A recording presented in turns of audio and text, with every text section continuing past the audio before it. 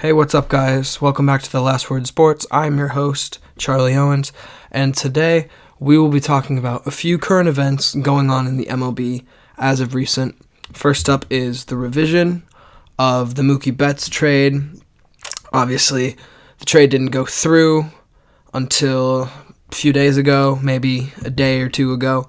I had previously made a video discussing the pros and cons of the deal. If you haven't watched that, go watch it, because I'm not going to be rediscussing any of it. I'm just going to be talking about the new things involved in the trade. One of them is Minnesota dropping out because of Bruce Gratterall's medical records that apparently weren't up to date.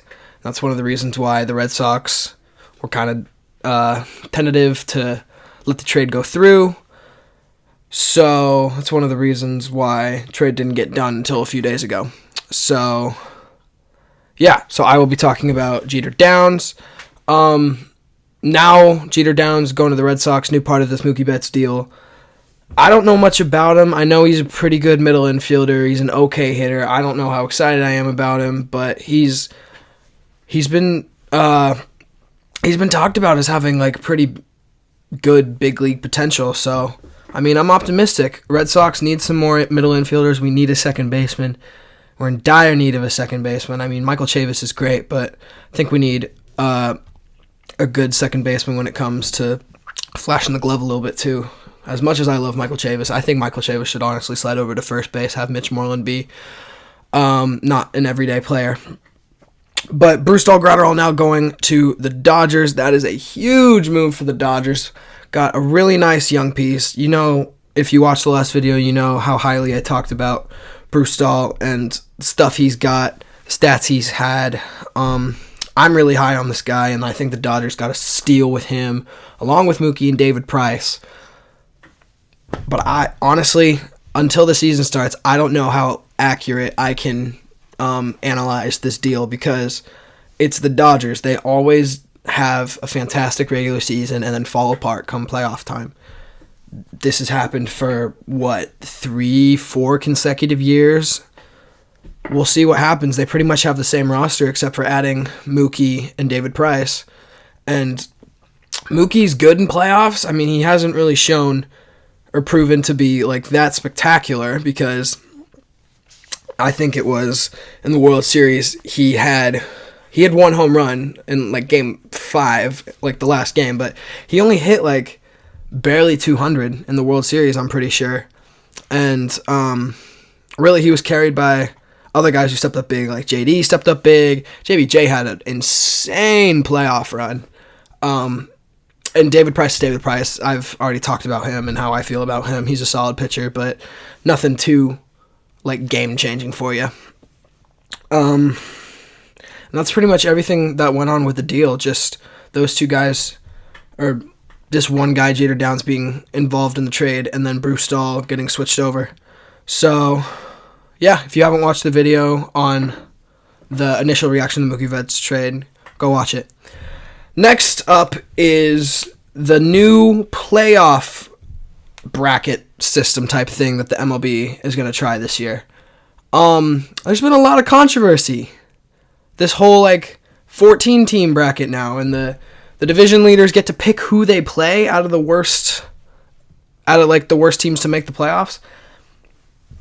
You know, I don't necessarily like it because I didn't see anything wrong with their initial playoff bracket. I don't like how now the first round is 3 games instead of just 5, and they eliminated the wild card, so now it's really a 3-game series. I don't know how I feel about it, and players around the league hate it. I mean, there's been a lot of controversy on social media, a lot of guys on Twitter just sharing their thoughts, but I'm going to talk about 2. I'm going to talk about Trevor Bauer and Alex Wood. There was this analyst, and I forget what analyst it was, but he was saying that this playoff bracket would be great because it would allow smaller market teams to get in the playoffs.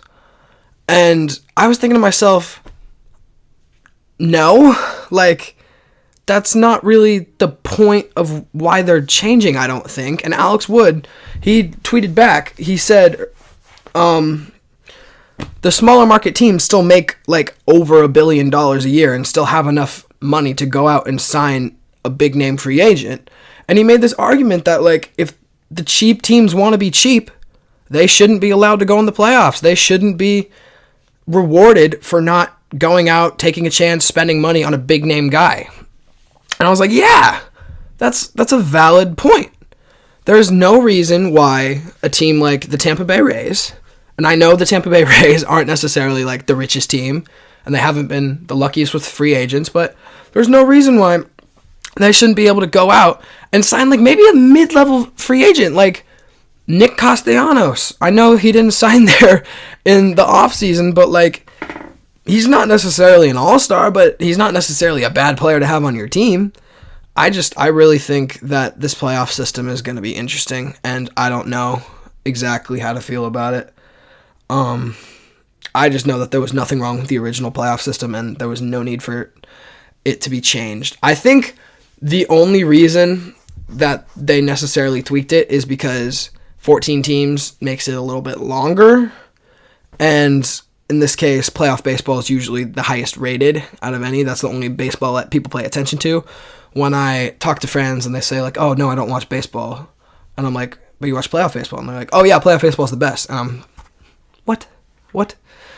So that's the only reason I can think of, just to make the postseason a little bit longer. But at the same time, I still don't like it. I still don't think it's going to do that much, because most of your numbers come from the regular season anyway. Most of your viewing numbers come from the regular season. So anyway, last is the Houston Astros cheating scandal is starting to get some testimonies in. Marwin Gonzalez was actually the first testimony in, and he just apologized. He said that they're all in regret, which is interesting to me because, like,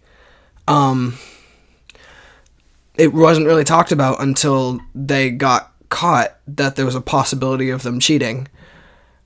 But the thing is, other teams knew about it. Like, I just figured out today that the Nationals knew going into the World Series against the Astros that the Astros may or may not have a cheating scandal going on. I was thinking to myself, like, imagine going up on the highest stage against, like, a great team, and you were a wild card winner in the World Series. Like, the odds are against you. You're facing guys who have already won a World Series before, and you learn from, like, the Dodgers that they might have a cheating scandal. Like, that's got to be terrifying. And that, honestly, that made me have more respect for the Washington Nationals for when going out and, like, destroying them in the World Series. Like, props to them, because I I know if I was up there, I would, like, be scared so badly that, like, they would go out and just, like, destroy us every night because they had an advantage that we didn't.